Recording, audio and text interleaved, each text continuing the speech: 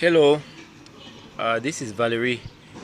Today I'd like us to talk about three very important things that could be contributing to your blood pressure values not being within range or causing your blood pressure value to rise significantly despite the fact that you may be on medications.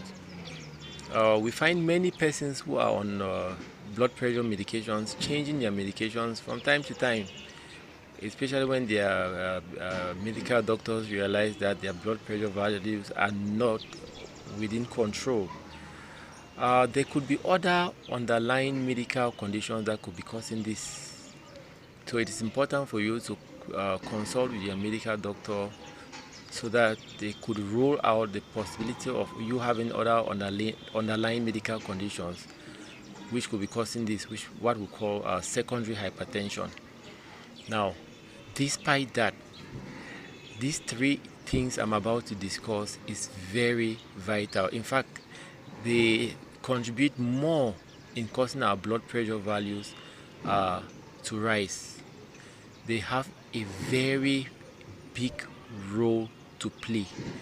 For those who are hypertensive and still at stage one of hypertension, modifying these three things or working on these three things I'm going to discuss could prevent you from moving to stage 2, or not to talk about moving to stage 3, which is a severe form of hypertension. Now, these three things, the first is the quality of our sleep. It's rather unfortunate that many people are not aware of the important role the quality of our sleep plays on our overall health, especially when it comes to our blood pressure values. It is recommended we have between 6 to 8 hours of uninterrupted sleep. But unfortunately, due to our work schedules and due to some mental health conditions like anxiety, many persons are not able to have quality sleep. Now, I will recommend for those who have poor sleep due to work schedule, I strongly recommend they revisit their work schedule and they organize their work schedule such that they have enough time to get sleep at night. For others, which may be a mental health issue, an anxiety disorder, which causes them to have insomnia, there are things you can do to improve on the quality of your sleep. The first is you can benefit from sunlight exposure in the early hours of the morning. Sunlight exposure in the early hours of the morning will not only provide you with the vitamin D we all know about, it is going to serve as a trigger for your body to produce the melatonin hormone. Melatonin hormone is the hormone which our body secretes and which makes us to fall asleep at night. It's a very important hormone that plays on the quality of our sleep. So sunlight exposure helps our body to secrete more of this hormone at night. Now, the second thing to do is to reduce your exposure to blue light. Blue light is the light which is being emitted, or that light that comes from our usage of cell phones, our laptops, and TV. When we stay up late at night using our cell phones, the blue light being emitted from the cell phones interrupts with the production of this hormone, this melatonin hormone. In some cases, it suppresses the production of this hormone, which makes it difficult for us to fall asleep, especially for those who are suffering from insomnia. This is also subjective.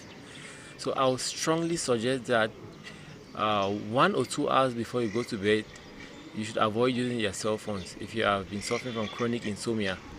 If you must use your cell phones or your laptops, then I recommend you purchase blue protect lenses. These are special lenses that protects our eyes from the blue light.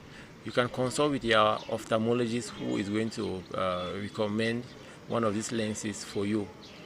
Now, the next thing is for you to reduce the excessive consumption of vitamin C, fruits rich in vitamin C towards bedtime, like oranges. Do not consume this kind of fruit towards bedtime. You can consume your oranges as much as you want during the day, but avoid consuming them towards bedtime.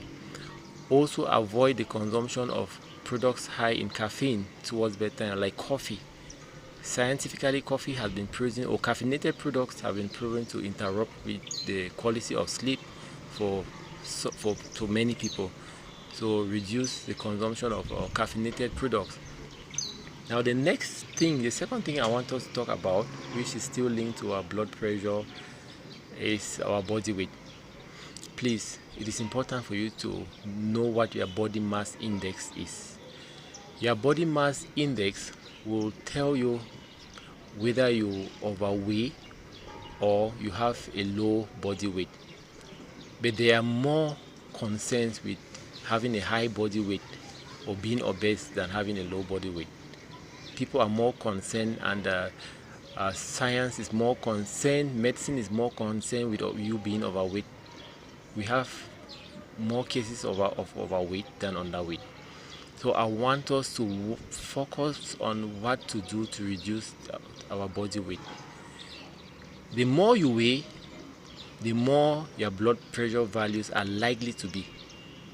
Reducing or cutting down on your overall body weight will significantly reduce both the systolic and the diastolic level, and this will improve your blood pressure value. What should you do to reduce on your body weight? Exercise regularly. You don't need to do intensive exercises. Walking, dancing, swimming are good forms of exercises, especially for beginners. Avoid being sedentary. Improve on your diet. Reduce the consumption of carbohydrates, white starch, refined sugar, and especially white flour. This will significantly help you to reduce your body weight. Now the last thing I want to talk about is stress, our stress levels. Stress is normal for everybody. We are bound to be stressed out from time to time. It's normal. But persistent and chronic stress affects our blood pressure. Persistent and chronic stress causes our pancreas to produce cortisol hormone. Cortisol hormone is a stress hormone, which again is not an issue when it's produced in small quantities, but excessive production of cortisol due to chronic stress causes the blood pressure values to rise significantly, and also affects our sugar level, causing those who are suffering from diabetes to get into a crisis. You can manage your stress level by practicing relaxation techniques. One of them is listening to music you love. Listening to music, meditation, and deep breathing. Deep breathing is a relaxation technique many people are not aware. Science proves that deep breathing reduces both systolic and diastolic values significantly. On my next presentation, I'll be talking about deep breathing, how you can breathe, how you can control your breath, such that you breathe within a regular pattern. Thank you for listening, and have a nice day.